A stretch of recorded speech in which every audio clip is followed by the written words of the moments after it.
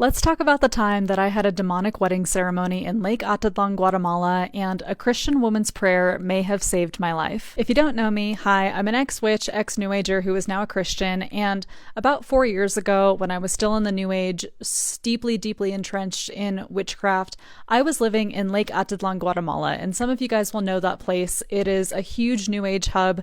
There's so much stuff going on around plant medicine and retreats and ceremonies and astrology classes, and every single possible modality that exists in the New Age basically exists in this small little town in Lake Atitlan, Guatemala. And I had been living there for a while, and at this point I was about to have a Mayan wedding ceremony with the man who definitely was not meant to be my husband, not the person that I'm married to now. And it was a very dark relationship. This was honestly probably the darkest time of my life. I was doing ayahuasca regularly. I was working with peyote as well.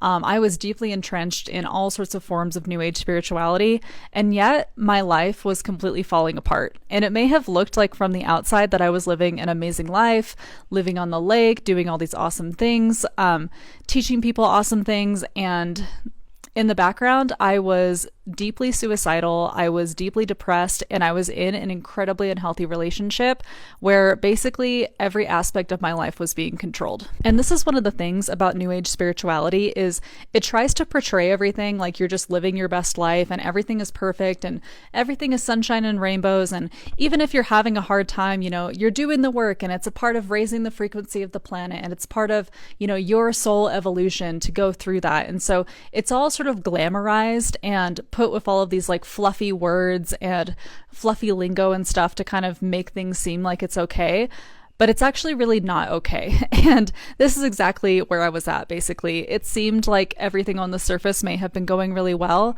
but underneath I was deeply suffering.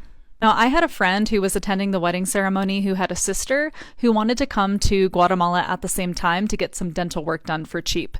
And she had been a Christian her entire life, never steered away into New Age spirituality or anything like that. And she came to the lake wanting to get her dental work done. And the whole time that leading up to this wedding day, she was continually coming up against trial after trial after trial that was making it almost impossible for her to get to the lake. So she was fourth on a waiting list to get on the plane to get to Guatemala. Somehow, some way, by God's will alone, she ended up on that plane. She lost her debit card on the way there. Like, just problem after problem after problem kept on coming up as she was getting to the lake. And at this point, she's wondering, like, why the heck am I even here? Like, God, what do you have me here for? This is clearly not your average trip. Like, everything is going wrong. What is happening? And so the night before the wedding, she had an appointment scheduled for the day of the wedding to get her dental work done. And the night before, her dentist just completely canceled, just like randomly canceled. And now she's like praying to God, like, why do you have me here, God? This is so weird. What is the point of all of this? And she hears God tell her, you are supposed to go to the wedding. And she's sitting there like, I do not want to go to this wedding. I know what it's going to entail. I know that there's going to be shamanism going on. There's going to be witchcraft going on. She knows that that stuff is a no-go for her. And so she's just like, are you serious, God? Like, I do not want to do that. But okay, like, you're telling me I'm supposed to go, so I'm going to ask if I can go. Mind you, I've never met this woman before. She asks if she can join our wedding like the night before, and we're just like, sure, just come on over. And basically the day of the wedding happens, and it is taking place inside of kind of like a cave. It's not like a full-on cave, but there's kind of like a huge cliff wall that's leading up, and then this flat area with a fire pit. And it's basically an ancient ceremonial site for Mayan rituals. And the wedding begins, and she's at this wedding. She's like never seen anything like this before. Like, this is like a full-on New Age wedding, you guys. Like, people are no shoes, tie-dye shirts, hippie clothes. Like, she's used to a wedding being very formal. She's like, what is going on with these people? And the wedding starts, and we have a Mayan shaman of the town like doing this whole ritual. It's like a Mayan ceremonial wedding ritual, basically. Super intense ritual. It lasted for like 4 hours, And basically, as soon as the ritual began, this woman started praying. She started praying and asking for Jesus to protect her and her brother, and just asking for Jesus to come and like for his will to be done. And she told me that she saw, because she's someone who can actually see in the spirit realm.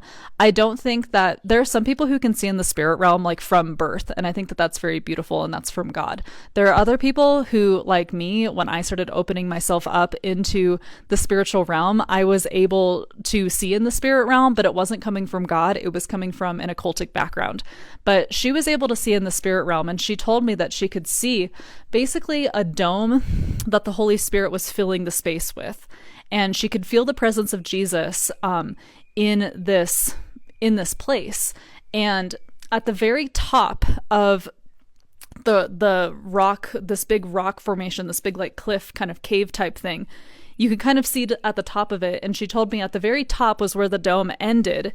And she could very, very clearly see a demon was at the top of the cliff, trying to come down into the ritual, because it was supposed to be a part of the ritual. But because Jesus was there and creating this dome of protection through her prayers, the demon wasn't able to come down. And she told me that it was like the standoff of a lifetime. Like it was like this demon and Jesus, and the demon knew who he was dealing with, and he was so mad that he couldn't get down to be a part of that ceremony.